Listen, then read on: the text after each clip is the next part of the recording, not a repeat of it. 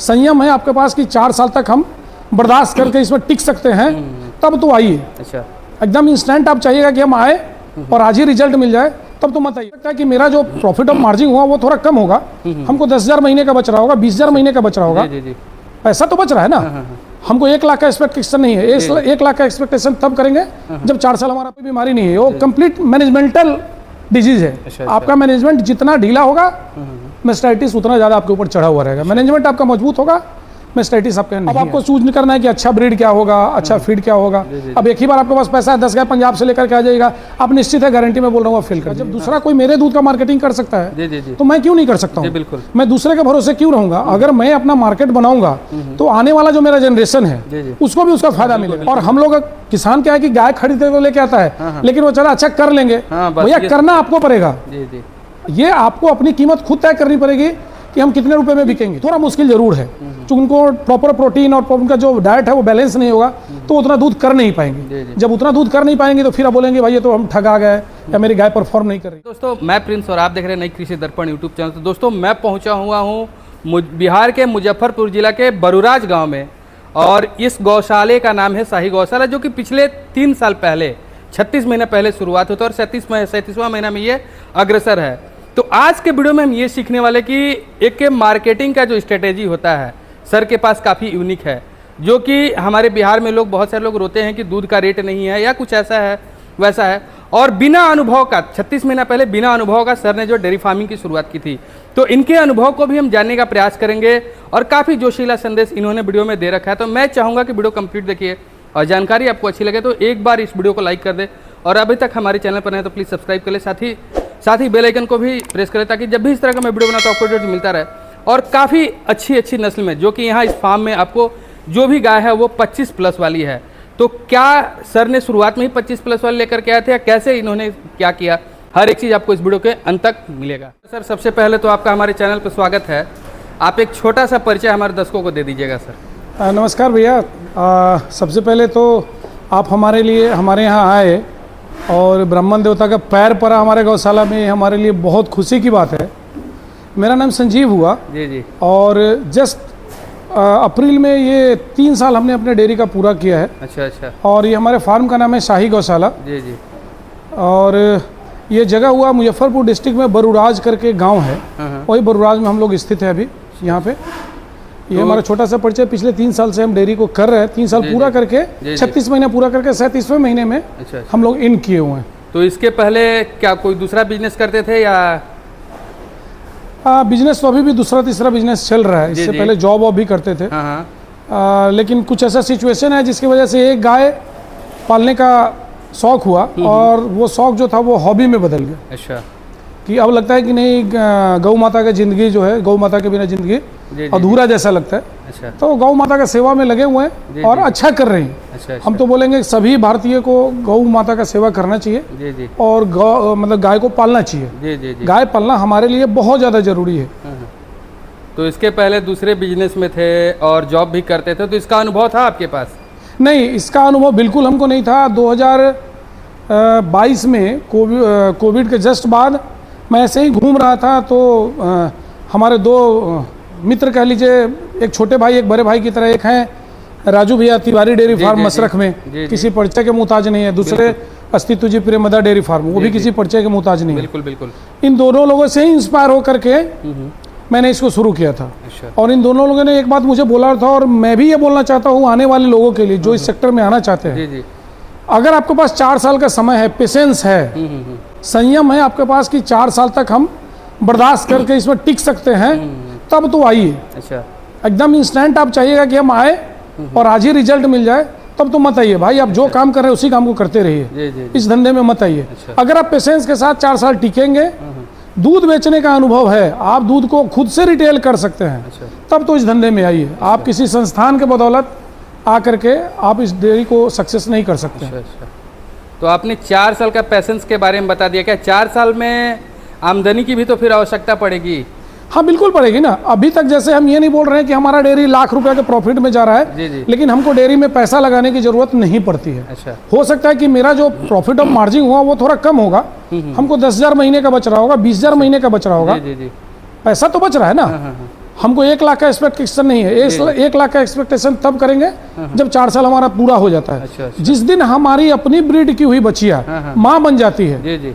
उतने दिन तक आपको पेशेंस रखना है। अच्छा। और उसमें मेरे ख्याल से 2-3 साल आपको समय जरूर लगेगा। 3 साल आपको इंतजार करना ही पड़ेगा। तो मतलब शुरुआत के दिनों में भी प्रॉफिट मार्जिन होता है? हाँ, लेकिन वो कम होता है। कम होता है। हाँ। उसमें पेशेंस रखना पड़ेगा। उसमें पेशेंस रखना उसके पड़ेगा। लिए बैकअप आपको रखना पड़ेगा। बैकअप रखना पड़ेगा, जी, बिल्कुल यही रखना चीज मेरा पड़ेगा। सवाल हाँ, था। जी जी जी। तो अनुभव आपको मतलब कुछ लोगों से ही मिल करके मिला? आपके मित्र जो राजू भैया हैं, अस्तित्व जी भैया जी हैं, जी जी उनसे ही जी मिला? जी, बहुत सारे, मतलब हमको लगता है कि इंडिया के ऑलमोस्ट जितने भी डेयरी फार्मर लोग जी, हैं जी। टॉप के, सब लोगों के यहाँ मैंने मतलब घूमा है। चाहे वो छत्तीसगढ़ हो, वेस्ट बंगाल हो, गुजरात हो, जी, जी। बिहार में भी जो लोग हैं वो अच्छे जगहों पर मैंने घूमा जी, है। जी। और अनुभव तो आज भी सीख ही रहा हूँ भैया। अच्छा अच्छा। आज भी सीख ही रहा हूँ। सीखने के लिए तो उम्र पड़ा हुआ है। जी जी बिल्कुल। हाँ, आपको सीखना ही पड़ेगा। डे बाय डे इसमें नए नए चैलेंजेज आते हैं। हाँ हाँ। और वो आपको जितना चैलेंज आएगा उतना आपको कुछ ना कुछ सिखा के जाएगा। जी जी। तो ये बात आपको हमेशा तैयार रहना पड़ेगा कि हमको सीखना है हाँ हाँ।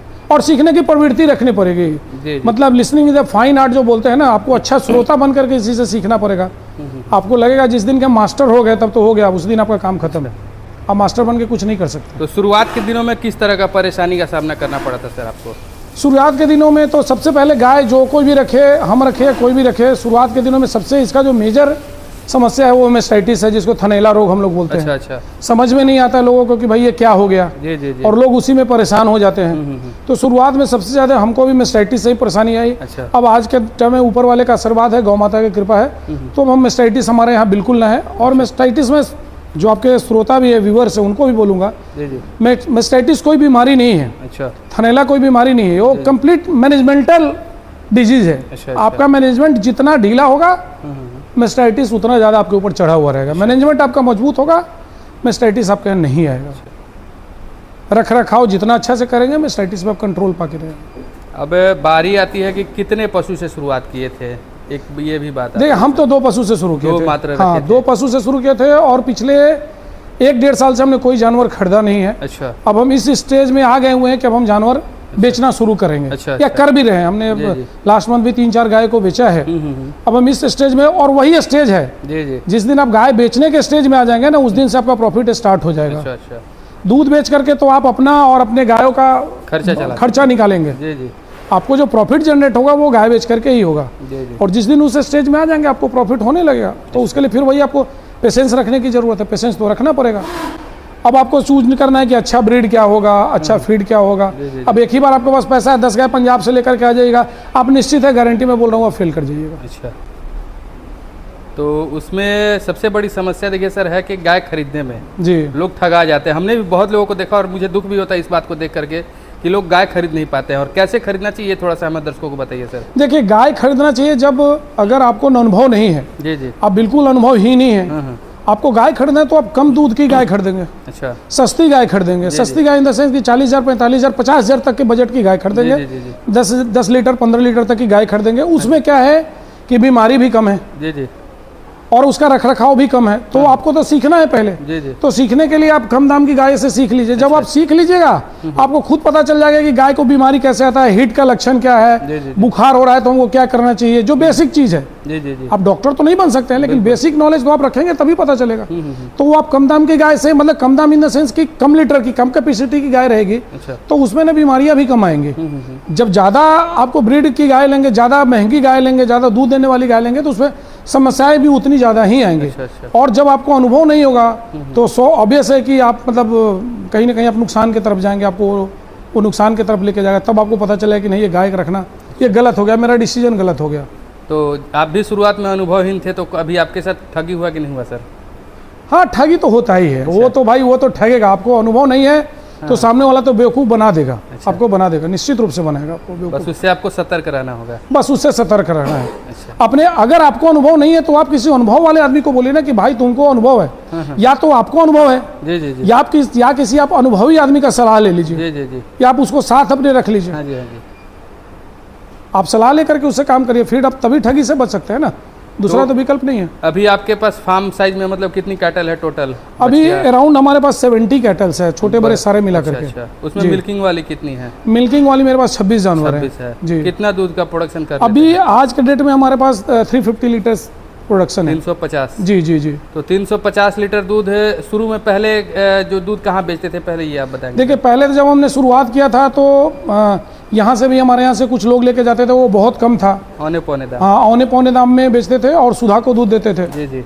लेकिन बाद में हमको रियलाइज हुआ कि या तो दो ऑप्शन है, या तो इसको हम बाइंड करें, बिल्कुल बंद करें, जी जी। या अगर इसको चैलेंज मान के, हमने उसको चैलेंज के रूप में लिया अच्छा अच्छा। कि नहीं भाई हम इसको बंद नहीं करेंगे। जी जी जी। जब सुधा हमारे यहाँ, कोई भी XYZ में नाम नहीं लेना चाहता हूँ किसी का, जब दूसरा कोई मेरे दूध का मार्केटिंग कर सकता है जी जी जी। तो मैं क्यों नहीं कर सकता जी हूँ? बिल्कुल। मैं दूसरे के भरोसे क्यों रहूंगा? अगर मैं अपना मार्केट बनाऊंगा तो आने वाला जो मेरा जनरेशन है जी जी। उसको भी उसका फायदा मिलेगा।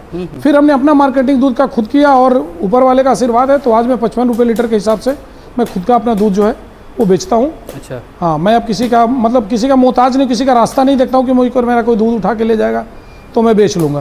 तो मतलब क्या आपने ट्रिक अपनाया इसके पीछे, मतलब औने पौने दाम से 55 रुपये लीटर पर आ गए, क्या आपने किया? ट्रिक ये था कि जहाँ पे लोगों का रिक्वायरमेंट है वहाँ तक मैंने लोगों को, यूजर तक मैंने दूधों को पहुँचाया। अच्छा।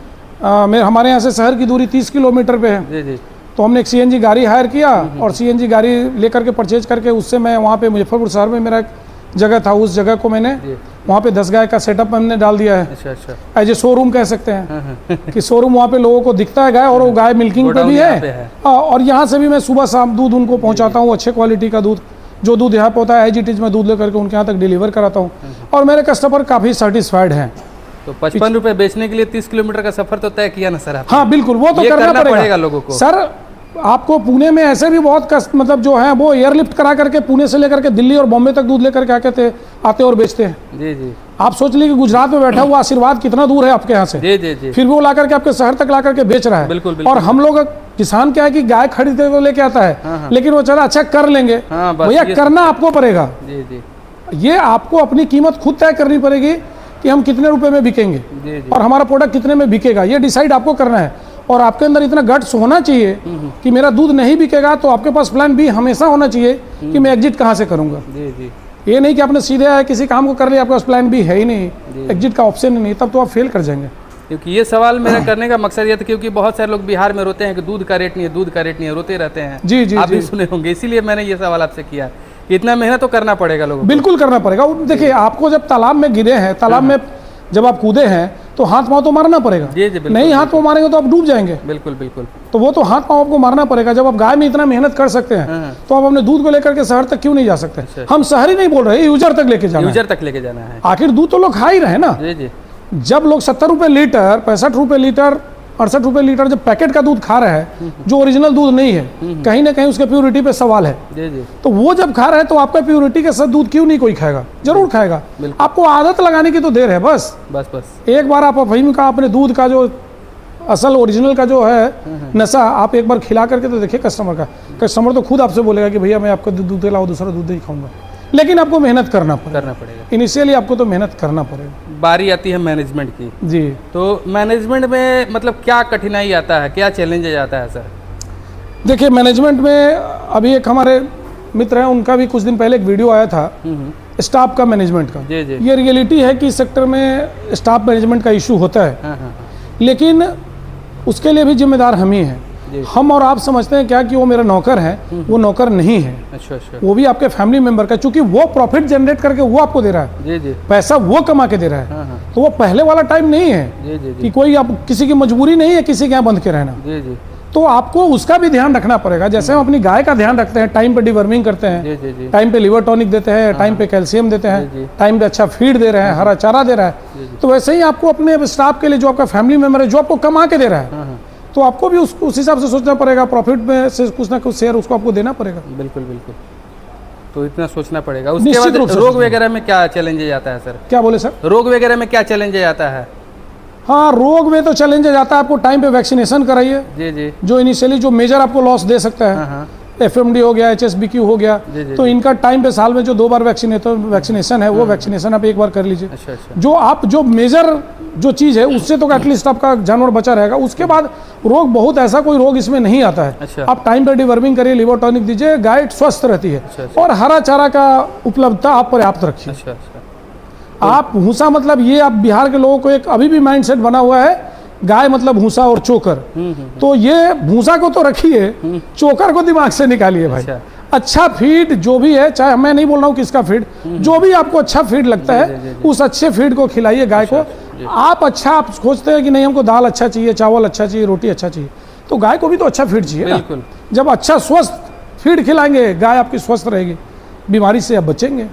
तो मैनेजमेंट के अंदर फीडिंग आता है, तो फीडिंग में आप क्या क्या इनको खिलाते हैं अपने हिसाब फीडिंग में अभी तो फिलहाल अभी तक हमने साइलेज अभी जैसे हम परचेज करके बाहर से मंगा रहे हैं। अभी इस साल हमने अपना 15 एकड़ का खुद का मक्का लगाया है, जी।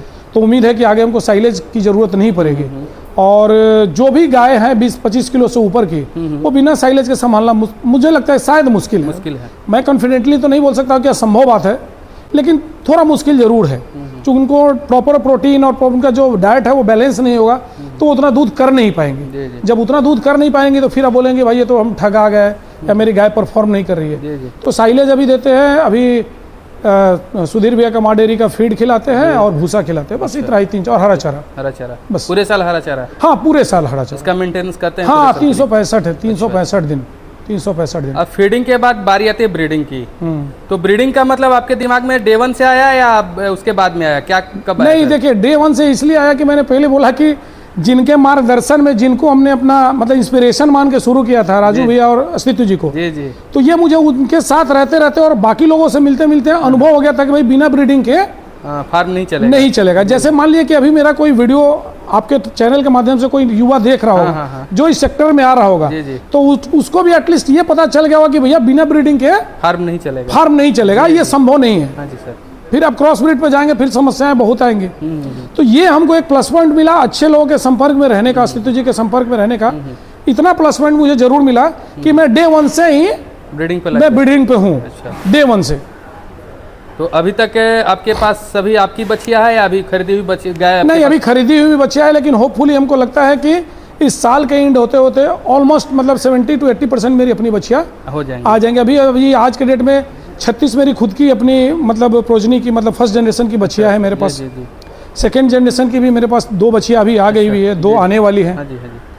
और बाकी जो है वो मेरी खरीदी हुई है। जो खरीदी हुई भी गाय है तो वो अच्छी गाय है, जो मतलब टेस्टेड है, बोल सकते हैं कि उसका प्रोजनी के बारे में, बाकी चीज़ के बारे में। तो टॉप परफॉर्मेंस में कितने लीटर तक अभी तक आपकी बच्ची? अभी मेरे पास मतलब गौशाला में जो टॉप पे है वो 41 लीटर का है। अच्छा। उससे ज़्यादा का परफॉर्मेंस की गाय नहीं। मतलब आपके यहाँ की है वो या कहीं खरीद कर? नहीं, खरीदी हुई गाय। हाँ, मेरी खरीदी हुई गाय। मेरी जो अपनी गाय है वो एक जर्सी आई हुई है। वो भी आज 3रा दिन हुआ। 3रे दिन है मैं अभी वो 22 लीटर पे वो पहुंची हुई है। जर्सी मतलब 22 लीटर आपके यहाँ? हाँ। अच्छा, ये वाली है? हाँ, ये वाली है। अच्छा। ये उस समय नीरज जी हैं छपरा में, जो ABS के मतलब डीलर हुआ करते थे। मतलब नीरज जी के यहाँ से ही आए हुए थे। ABS का जिक का ये बच्चा था। हाँ, ये जिक की बाछी है। ये अभी आई है, अभी 3 दिन नहीं, सॉरी, ये 5वां दिन है। अच्छा। अभी ये दूध अच्छा, 22 लीटर पे दूध अभी ये पहुंची हुई है। और 2 और है जो अभी काविंग करने वाली ट्रांजिशन में चल रहा है। वो भी एक जिग है। हाँ, वो जिग है। वो जिग के अंदर में, उसके अंदर में मोस्ट प्रोबेबली रोमियो का सेक्सेल लगा हुआ है उसमें। वो भी ट्रांजिशन में है, दोनों ट्रांजिशन में है। अब 2-4 दिन 5 दिन में मेरे ख्याल से वो काविंग करना चाहिए। तो मतलब डेयरी फार्मिंग को आप बिहार में किस रूप में देख रहे हैं? देखिए, डेयरी फार्मिंग बिहार में अच्छा है, स्कोप तो अच्छा है, बशर्ते कि आप खुद कंसस हैं तब। अगर आप किसी के भरोसे बैठ करके कर रहे हैं कि वो हमको हेल्प कर देगा, ये हेल्प कर देगा, तब तो फिर मत करिए आप वो। तब तो बिहार में कोई स्कोप नहीं है। आपको जो कुछ भी करना है वो आपको खुद के लेवल पे करना है। युवाओं के लिए अच्छा स्कोप है? युवाओं के लिए अच्छा स्कोप? हाँ, युवाओं के लिए अच्छा स्कोप है, क्योंकि जिस हिसाब से बेरोजगारी बढ़ रही है। जी। तो ये अच्छा स्कोप है। एक अच्छे जो पढ़े लिखे हैं जो लोग हैं, अभी तो अभी और ज़्यादा AI का युग आ रहा है। बिल्कुल। तो और ज़्यादा, जितना ज़्यादा टेक्नोलॉजी का इस्तेमाल करेंगे युवा लोग, और युवा यंग है, उनमें एनर्जी है, पोटेंशियल है काम करने का, तो युवा लोग के लिए भी अच्छा है, स्कोप अच्छा। बट वो कहीं से भी आए तो ट्रेनिंग करके आए, या ना भी ट्रेनिंग करे तो किसी के फार्म पे चले जाइए, 1-2 महीने। आप उस अच्छे जो भी आपको समझ में आता है, जहाँ भी समझ में आता है इंडिया में, वहाँ से जाके 2 महीने 1 महीने आप 15 दिन आप सीख लीजिए।